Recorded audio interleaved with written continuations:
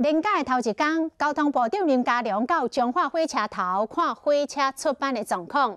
早起这彰化火车头的旅客比平常时啊加出5成，代替嘛开加班车消透人潮。今仔日嘛是儿童节，彰化火车头特别准备儿童节的礼物，只要买便当就免费来送礼物。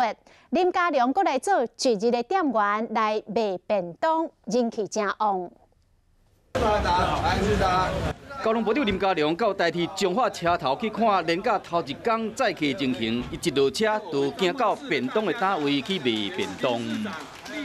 这是280，280。林佳龙人气真旺，卖便当生意真好。儿童节小朋友的，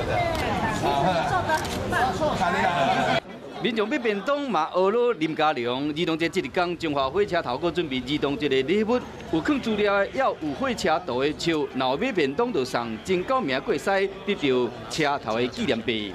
为什么要特地过来买？是部长说有送玩具吗？对，有送一些那个特殊的玩具。开心，我比小朋友还高兴。 年假的时，彰化车头人客真多，比平常时加5成。嘛，因为安尼，为4月初3到4月初8，拢有加班车。搭乘的人数都已经接近到这个60-70万人次，我们也将近加开了接近有1-2成的这个车班，所以欢迎大家多多搭乘台铁。 林佳龙看过彰化车头以后，会去4行车站巡视，出来嘛要了解彰化市绿色交通线的计划。